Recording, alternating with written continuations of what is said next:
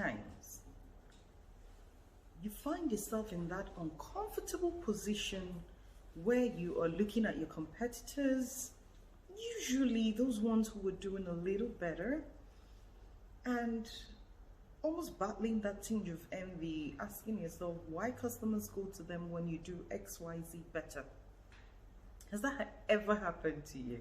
If it has, you're not alone. But I want to help you address what you could do to better attract your own ideal customers. Because if they keep going to other people, it means they don't truly understand why they should come to you. And that is working on the assumption that they already know who you are. Because first, they need to know you and what you do. And then they need to understand why they should work with you and not your competitors. So I'm going to attempt through this video to help you draft what we call a value proposition. I'm sure you've heard about it before, but it really is that communication of what makes you different and why your customers should care, right? My name is Ella George Uduku, and I work with SMEs and entrepreneurs to develop their strategies based on the strengths that they have so that they can continue to grow their revenues and profits and achieve their ultimate business goals. So in trying to draft your value proposition, what you need to understand is everything you say, everything you put out there needs to come from the customer's point of view. So when you think about your products or when you talk about what it is you do, always frame it from the customer's point of view and not necessarily yours. Customers need to come across either your content or marketing materials and see why they need to work with you. So ask yourself, what do other customers come to us for? You know, why do those who work with us, those ones that we call our, favorite customers, why do they keep coming back? How do we do things differently from every other person that is doing it out there? What makes us unique? What makes us stand out? Answer these questions from the customer's point of view, and you've gotten yourself a lot closer to framing a value proposition that attracts your ideal customers. Something else you need to do is focus on the benefits that they stand to gain, right? People have all sorts of options and alternatives. Whatever you sell right now, the ideal buyers for those products or services already have some people that they're buying from.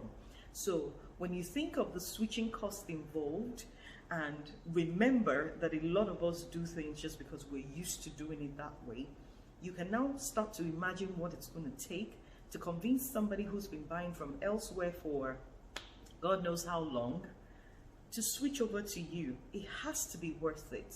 Now answer that question. Why do I come to you and not the person who has treated me well for the last 7 years? Right? Again, that gets you to the point where you're thinking of what you do differently or how you do things differently. Now, I must mention here that it's not all the time that you have something very technical or very special, like a patent or,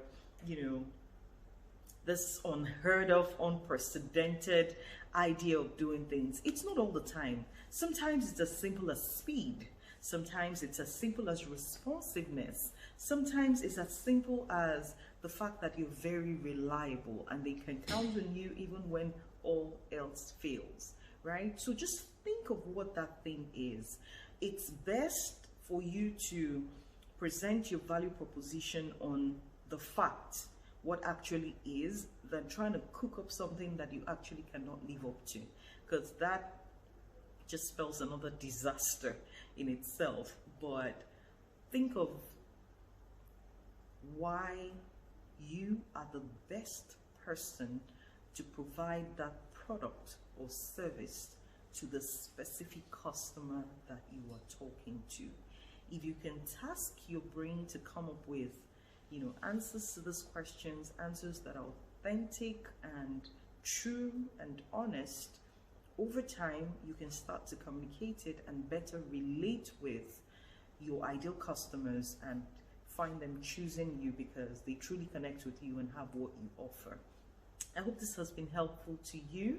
Please share this video, Share in the comment section with me if it was helpful, what you intend to do differently, and I look forward to hearing from you.